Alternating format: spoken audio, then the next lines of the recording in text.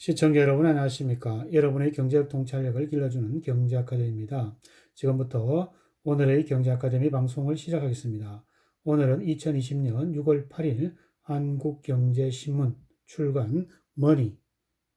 오늘의 제목은 가족의 해피엔딩에 대해서 살펴보도록 하겠습니다. 프랑스의 작가이자 사상가인 장폴 사르트르는 삶은 B 태어남과 D 죽음 사이에서 초이스 선택이라고 했다. 여기에 한 가지 더 추가해 보자. 인간이 태어나서 죽을 때까지 늘 사랑하는 동반자가 있어야 한다는 것. 아마 그중 최고봉은 가족이리라. 하지만 그렇게 사랑하고 오롯이 내 편인 것 같은 가족도 돌아서면 철천지 원수가 되어버리는 일이 도처에 벌어지고 있다. 여기서 시대의 흐름에 따라 가족의 의미와 역할도 변하면서 부부간, 부모와 자식 간, 형제 간의 분쟁이 갈수록 세분화되고 다양해지는 양상이다.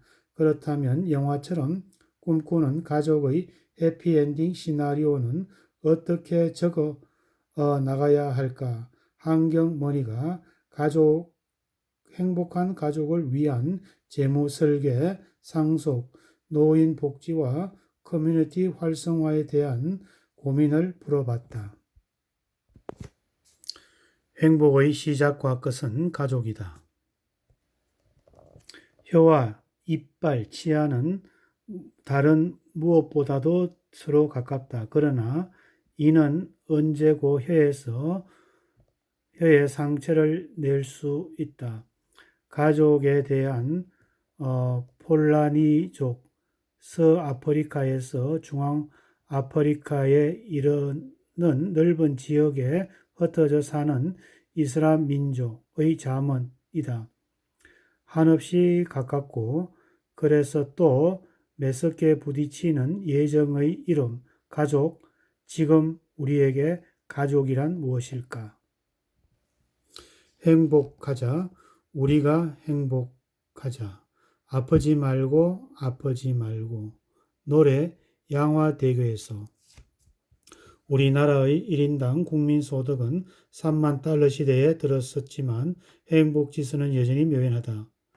2019년 세계 최행복 보고서에서 한국의 행복지수는 5,895점으로 54위에 머물고 있다. 과연 그 간격은 무엇이고 인간이 행복하기 위해서 어떤 것들이 필요할까? 지난 4월 한국보건사회연구원에서 만 19세에서 80세 5,020명을 대상으로 한 한국의 행복과 삶의 질에 관한 종합적인 연구 보고서에서 따르면 한국인들에게 행복의 최우선 조건은 가정을 이루는 것으로 조사되었다. 어떤 조건이 더 충족되면 더 행복해질 것이라고 생각하는 설문조사를 한 결과 1순위 응답을 기준으로 전체 31%가 좋은 배우자와 행복한 가정을 이루는 것이라고 응답했다. 이어 건강하게 사는 것이 26%, 돈과 명성을 얻는 것이 12%, 소질과 적성에 맞는 일을 하는 것이 10%, 여가 생활을 즐기는 것이 7%, 자녀 교육을 잘하는 것을 6%, 더 많이 배우고 자기 발전하는 것이 3.7% 순으로 나타났다. 그래서일까? 아프지 말고 행복하자는 노랫말에 가족에 대한 가족과 사랑과 공감이 뚝뚝 묻어난다. 100세 시대의 가족의 행복 조건. 바야흐로 100세 시대이다. 늘어난 생애 주기만큼 그 기간을 어떻게 채워야 하는지를 지상 최대의 난제로 떠올랐다. 인간의 탄생부터 죽음까지 가족과 건강을 떼놓을 수 없는 관계이다. 마치 공기가 없으면 우리가 살 수 없는 것처럼 가족과 건강을 잃는다면 제 아무리 돈과 영광을 갖는다고 한들 행복할 리가 만무할 터이다. 대표적인 예가 치매이다.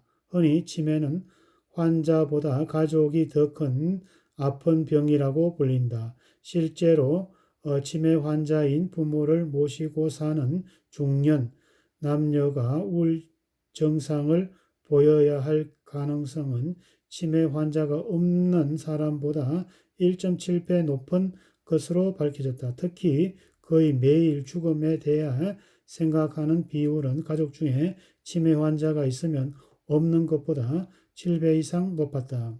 최근 한 식품 커뮤니티 포럼에서 따르면 임현우 가톨릭대 의대 교수 예방의학팀이 2017년 전국에서 수행된 지역사회 건강조사 자료에 참여한 40에서 50대 중년 남녀 7만 명 치매 환자가 있는 사람의 760명, 없는 사람은 7만 6천 명을 대상으로 분석한 결과 이같이 드러났다. 연구 결과 우울 증상 보유율은 가족 중에 치매 환자가 있는 사람에게 4.4%, 없는 사람에게는 1.9%보다 2배 이상 높았다. 연구 대상의 연령, 성별, 소득 등의 다양한 요인을 감안한 결과 가족 중에 치매 환자가 있는 사람의 우울증 증상을 보유율은 치매 환자가 없는 가정의 1.7배였다. 특히 집에서 직접 치매 환자를 돌보는 중년 여성의 우울증상의 보유율은 가족 중에 치매 환자가 없는 중년 여성에 비해 2.3배 높았다. 임 교수팀은 논문에서 거의 매일 우울 증상이 일어난다는 사람은 흥미 상실, 우울감, 수면 부족, 피로감, 식욕 감소, 자살 생각 등 시달린다는 응답을 했다. 치매 가족의 우울증 완화를 위해 더욱 적극적인 개입이 필요하다는 지적을 했다. 치매 환자의 인지 기능 손상이 악화됨에 따라 병 간호에 필요한 신체적, 정신적 부담이 커져 가족의 간병인의 우울증 발생 위험이 높아진다는 것이다.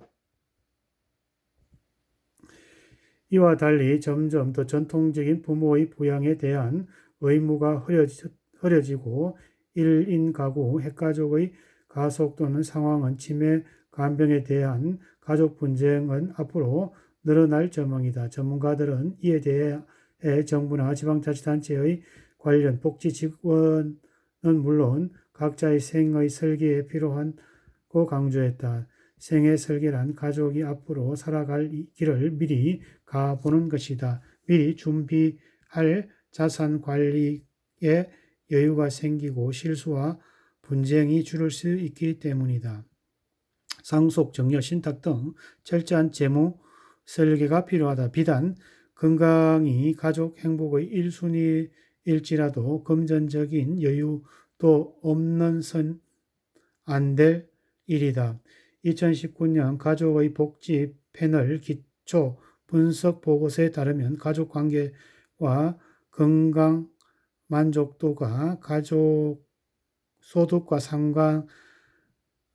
상관관계가 있는 것으로 나타났다. 먼저 가족 구성원들의 건강에 대한 만족도를 소득 집단별로 살펴보면 저소득의 가구일수록 건강에 대한 불만족하다는 응답 가구가 39%로 만족하다는 가구는 29%보다 많아 만족하다는 응답이 일반적인 가구와 비교해 상대적으로 본인의 건강 상태에 만족하지 못하고 있음을 알 수 있다. 또한 가족 관계에 대한 만족을 살펴보면 만족하다는 응답이 일반 가구 86%보다 저소득 가구는 68%나 상대적으로 저소득의 가구의 가족 관계에 대한 만족도의 비율을 낮은 것으로 분석되었다.